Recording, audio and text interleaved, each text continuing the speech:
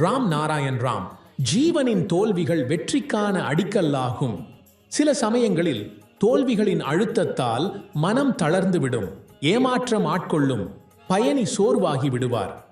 இந்த பூமியில் கூட ஒரு நிமிடம் கூட வாழ வேண்டுமென்ற விருப்பம் மறைந்துவிடும். ஆனால் ஹே பயணி, உன்னுடைய வருத்தங்களை நான் புரிந்து கொள்கிறேன். ஒரு நாள் நீ இங்கிருந்து வெளியேறவே நேரிடும். இப்பொழுது நடப்பது மரணத்தின் பாதையில் ஒரு முன்னேற்பாடாகவே உள்ளது. சிறு சிறு பகுதிகளாகவேனும் அனைத்தும் முடிவடையும். ஏமாற்றம், தடுமாற்றம், நோய்கள், துக்கங்கள் ஆகியவை அனைத்தும் இந்த யதார்த்தத்தின் அறிகுறிகளே. நீ ஒரு நாள் இங்கு இருந்து செல்ல வேண்டியதற்காகவே இவை நிகழ்கின்றன என்பதை நன்றாகவே அறிவாயவா? ஆனால் மூடத்தனமான சிக்கல்களின் வலையில் சிக்கியிருக்க வேண்டும் என நினைக்கிறாயா?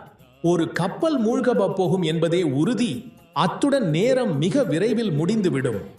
அந்த நேரத்தில் பயணிகள் செல்வத்தை சேகரிக்கிறார்களா அல்லது அவர்களுடைய உயிர்களை காப்பாற்றுகிறார்களா? உயிரின் முன்னிலையில் செல்வம் மிகவும் நடுநிலையானதாக மாறிவிடும்.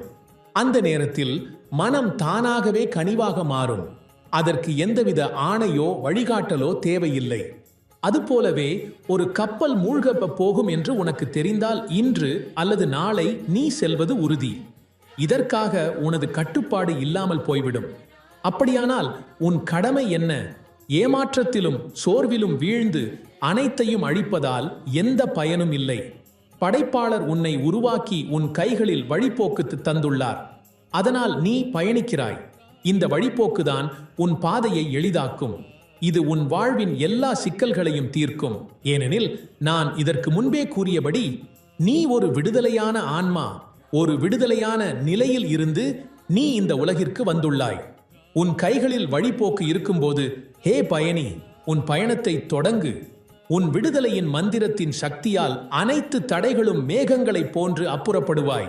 ஒவ்வொரு நாளும் நீ ஆஜன்யா சக்கரத்தில் திரிலயனின் உதயத்தையும் அஸ்தமனத்தையும் காண்கிறாய்.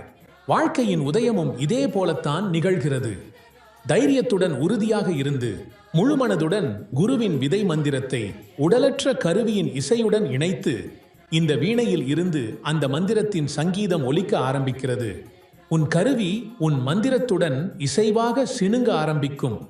உன் மனமும் உடலும் இந்த இசையிலிருந்து உருவானது. எனவே உன் உடலிலும் மனதிலும் உணரப்படும் சஞ்சலங்கள் அந்த இசையின் அதிர்வுகள் மட்டுமே.